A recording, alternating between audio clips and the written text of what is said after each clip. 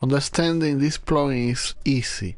You just have to know that input is the input gain, output is the output volume, mix is the parallel chain between dry and wet, which leaves us with these two other knobs. Shape is an EQ curve with a cut at around 500, very subtle, but it boosts the highs and the lows.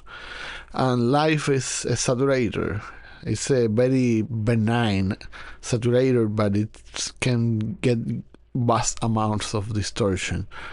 So let's try in this bass and see whether if we can benefit from it or not.